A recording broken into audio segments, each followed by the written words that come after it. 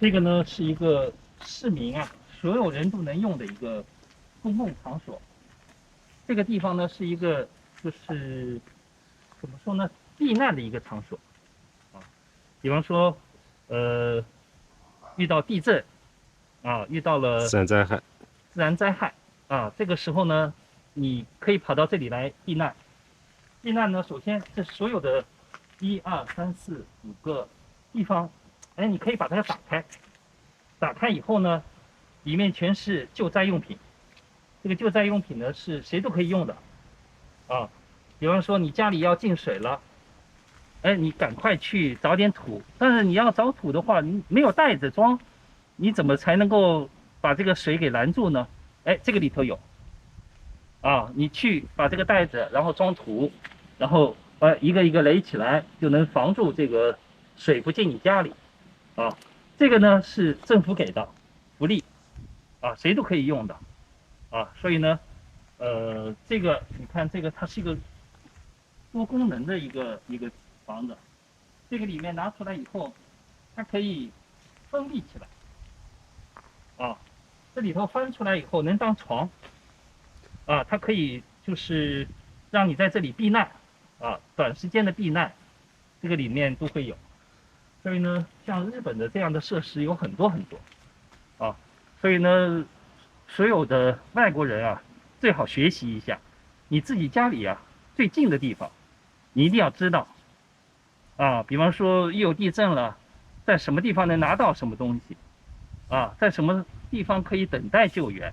啊，这个非常重要，因为我们都生活在日本，就跟最危险的一个火山口上。所以呢，这些知识啊是非常非常有必要的，不光是你来短期的或者来长期的，对于这个方面啊非常非常有必要。它这个教你怎么把这个打开啊，打开以后你自己找里面保管的东西啊，然后呢教你怎么运用啊，把这些铺成就是一个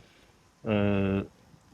折起来以后，它就像一个房子的屋檐一样啊，然后把这个包起来以后，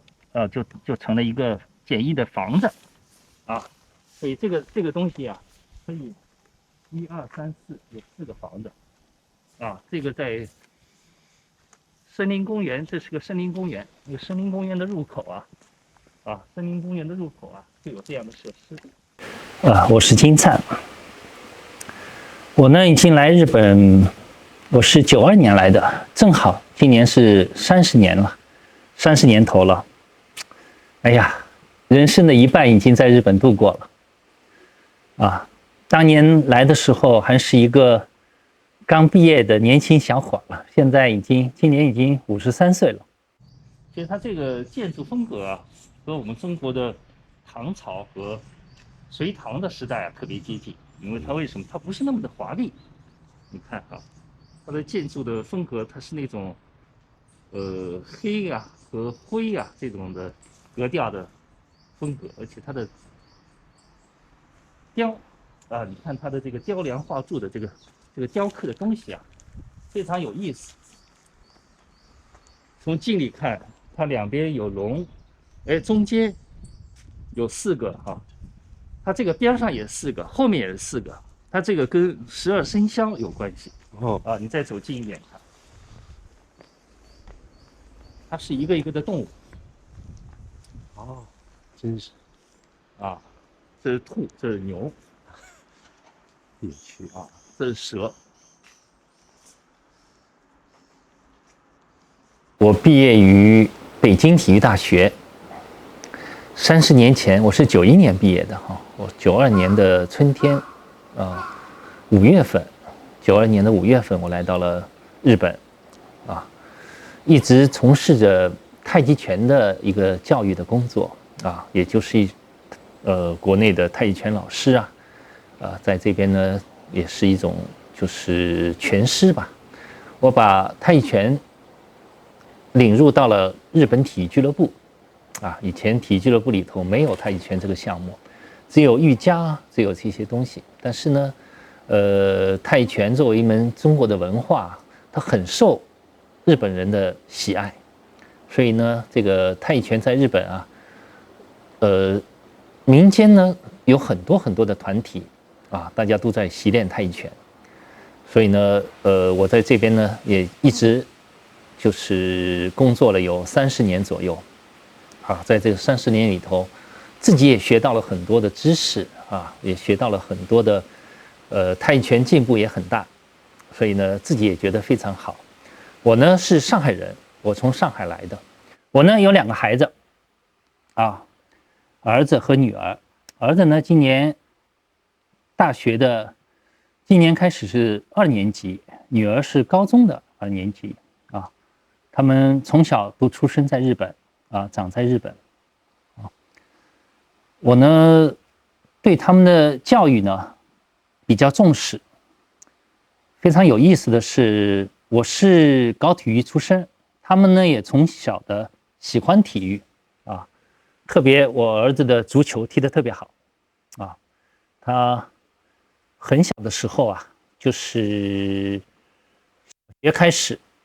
啊，我就跟着他一起踢球。日本啊，球它分1号1号的球，每个球是适合几年级用，它都有标准啊，这就说明了这个少年足球在日本的这个地位啊有多大啊。这个东西是跟我们太极拳是一样的啊，这是金字塔形的，你练习的人数有多少，你到上面的顶尖的选手就有多少啊。现在我们中国是直接引进啊，是平行的，就是引进选手直接走，他们下面呢没有这个大的盘子在啊，所以呢，中国缺少的它不是什么的国际级的教练，他们缺少的其实是一批的教小孩的最基础的技术足球教练啊，所以这个呢是非常非常的这几年我的一种感受吧。这个在日本寺庙里头非常典型，叫什么？叫山水窟啊，它是一个就是用小石子啊这么铺起来的一个像山水似的、山水画似的啊这么一个风景啊。这个寺庙非常有名的就是杜鹃花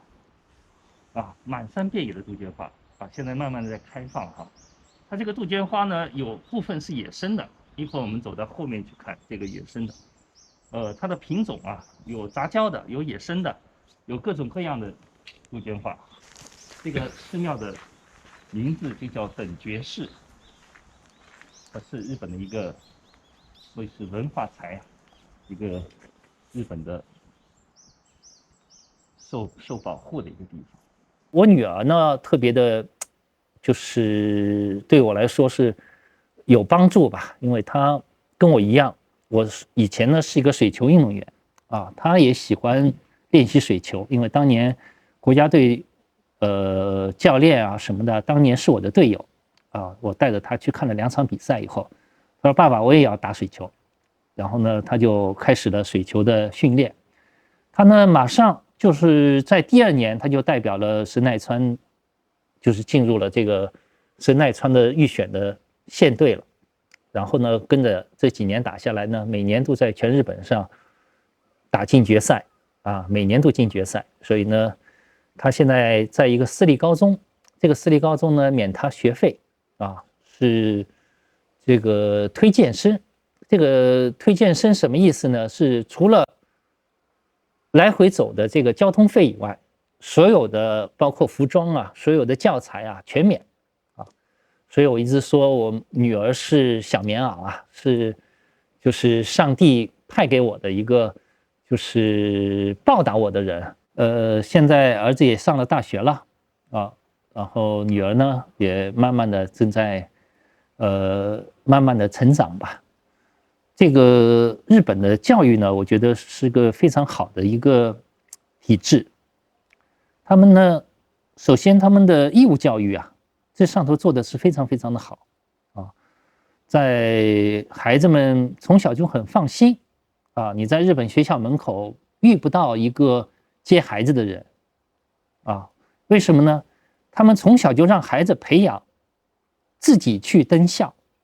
啊，自己放学了回来，这个培养是怎么培养的呢？因为我们一个街区里头啊，同一个学校，比方说几年级、5年级、4年级、3年级的小孩都有，他们呢是集体登校，就在我们这个区域里头啊，他是大年纪的孩子啊，他带小年纪的小孩子啊，他集体去登校，所以呢，就让你感觉一种安心感啊。孩子只要走到入口的时候啊，就有大孩子过来领着他一起去学校啊，从1年级就开始啊，等他到了高年级的时候，他就领着下面的孩子去啊，所以这个呢，就让你非常放心啊，有这么几个孩子一起走啊，不像他一个人。比方说你一个人，你就会担心啊，他在路上摔跤了怎么办啊？啊，交通事故了怎么办啊？被坏人拐走了怎么办啊？啊，这个时候，哎，在日本就没有啊。你到了这边，你到时候找不着孩子了，你去给其他孩子打个电话，你问一下，他肯定在哪个孩子家玩呢，啊，他就没有这个不安心的一个状况。所以呢，在日本来说呢，这个一直持续的，像这个像传统一样啊，就一代一代的这么的持续的在走。所以呢，这个日本的这个教育系统啊，他们非常就是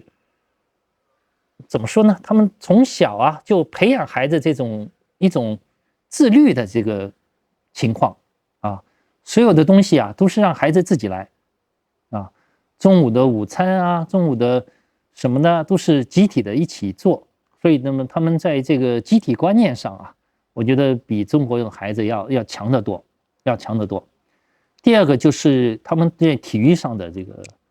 理念上啊，日本的孩子的奔跑的这个能力啊，在于他们的奔跑时间上。他们让孩子在冬天就穿着短袖，就直接给你扔在操场上，你不跑也得跑。所以在冬天里头啊，那个孩子冻的呀，那你看的真是很可怜，很可怜。但是他们这个奔跑呢，就是这么给练出来的，啊，这是一种习惯啊，运动它就是一种习惯。如果你有了这种习惯以后啊，你不动你还难受。所以呢，这个习惯啊，对于孩子们来说，我觉得是非常非常重要的一个事情。这都是当年制造的时候。有各个地方的人的名字啊，他们当年在这制造的时候啊，捐钱，捐完钱以后，慢慢的，这个就是做成的时候给驻军，就是意思是给这些捐钱的人御礼，就给他们感谢啊，所以全是一个，咱们看汉字就能看得懂啊，感谢御礼。然后还给他们祛病帮助这个交通事故无事帮助他们，祝福他们的健康之类的，就是一些感谢吧。做完了以后，他就专门做了一个这么个亭子来感谢这些的人。我们家2个孩子啊，钢琴都弹得特别好。因为从小在日本来说，这个学钢琴的普及率啊很高。孩子们基本上都要从基础的钢琴开始练得好的你可以继续练，练不好的你可以就是转到其他的乐器上去。所以呢，在音乐方面在日本的方面，我觉得它的这个普及率很高虽然我们可能出不了像郎朗这样的就是有名的这些的人，但是它的普及率高所以呢，这一点上就是日本非常的就做得非常的好，因为这个是一种兴趣爱好吧。我觉得做一个事儿吧，它首先是要培养一种兴趣我看了很多就是中国出来的就是音乐人吧，他们到了日本告诉我他钢琴10级什么级什么级的。然后呢，让他表演的时候，我总感觉他不是从内心喜欢这个事儿，他是被父母压榨的做这个事儿，他是为了考级而来练习这个钢琴。而一个日本孩子，他很普通的孩子，他都能够弹得非常的自信啊，非常的开心啊，这个是是我觉得不一样的地方。好，我们上去看看。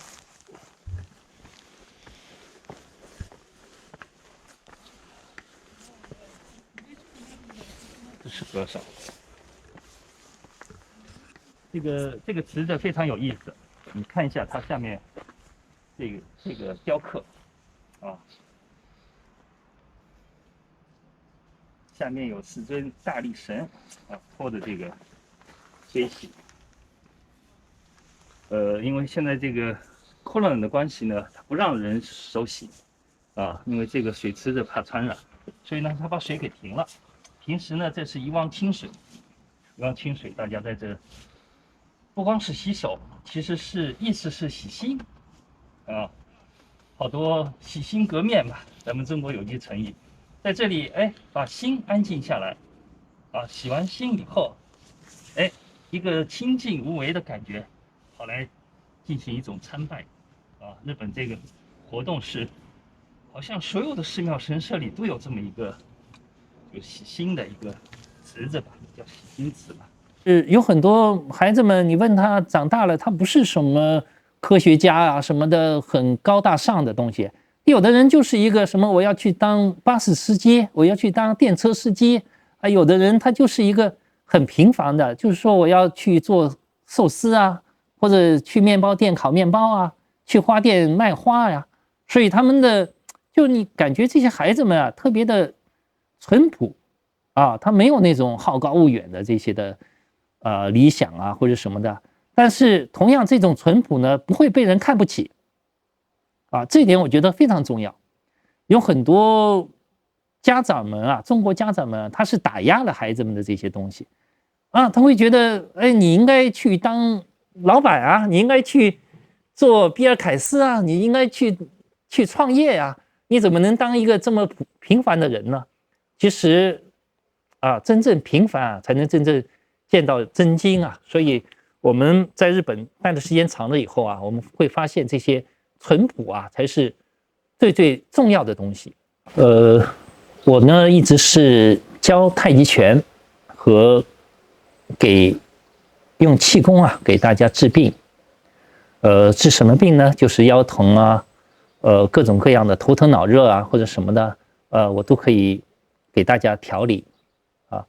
然后呢，我在这几年呢一直觉得太极拳这么好的一个东西啊，我在俱乐部里头一直教的是日本人，我现在呢开始就是做一些华人之间的公益的啊。这个教太极拳啊，教气功啊，教这个健身啊，这些东西啊，我特别注重做这个。我在每个星期天早晨9点啊，在横滨关内的一个中学里面啊，我借了他们的场地啊，在给大家教太极拳。好，我们看一下后山，因为一会儿我们会上到后面去。日本的僧人呢非常有品位，大家看一下这2个缸，他种的是荷花，到了夏天以后啊非常美啊。因为我的父亲呢是一个道士，他从小呢是在武当山上啊修行。这个刚开始的时候啊，我也特别的，就是小孩嘛，就心也静不下来。那慢慢的学会心静了以后啊，就发现自己的能力啊，身体的能力啊和各方面都会有长进。然后呢，我就开始就是走上了体育的这条道路了。然后到了像我这个年龄以后呢，突然发现小时候学的东西啊，其实是最养生的，是最好的。慢慢，我又重回到了这个修行的这个道路上来，因为这个对自己的身体好啊。我们现在世间来说，你比我有钱，比我有更多的物质或者更多的享受，其实我就一句话，我比你健康，就压倒了一切。就是快的灵魂加上一个非常好的生活啊，和一个非常棒的体质啊，这是我们要追寻的一个东西。日本的佛教其实它传承的是中国，它是从中国过来的，所以我们叫就是中国佛教啊，中国佛教，它的参拜的方式其实跟中国是一样的。好，我们来看一下这个。首先，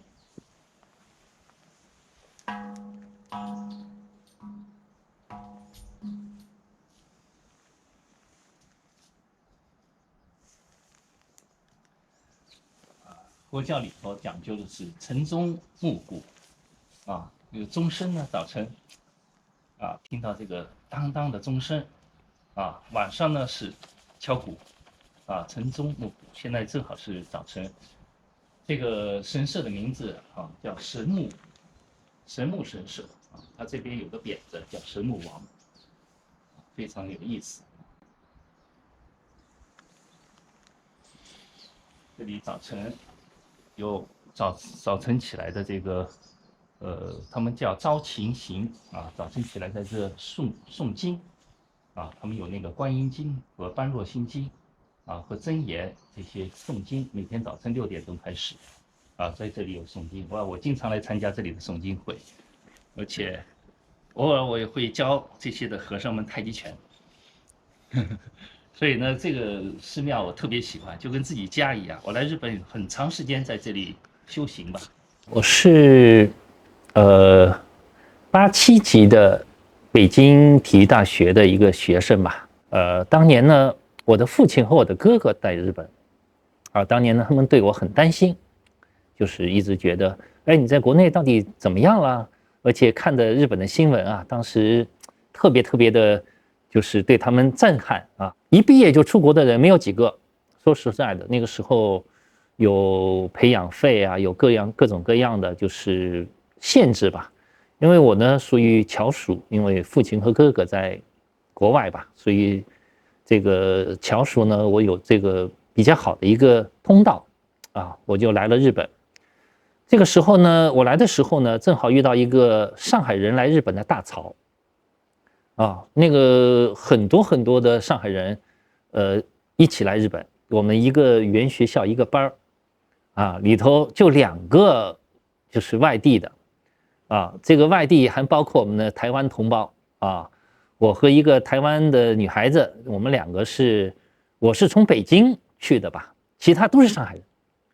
但是我也算是就是上海人吧，因为我是上海被招到北京去的，所以呢，我跟上海人也关系特别好就成了一个非常好的朋友。当时呢，我们其实没有很多的出路，当时就是打工就是为了赚钱但是呢，比方说我们这个班里头除了我，还有一个是大专毕业的。大家基本上因为来日本门槛很低嘛，它不像去美国必须考托福必须考这些的语言什么的，在日本它没有这个门槛。但是呢，你别说，我们这10几个人的班里头有一半以上他考上了大学，考上了日本的大学，他又重新开始了读日本大学。当时我的感觉就是，我们当年考大学很难在上海来说，6个人来，我们那一届6个人和1/6才能上大学。那到了日本，基本上他们只要想学，他们都能考上大学。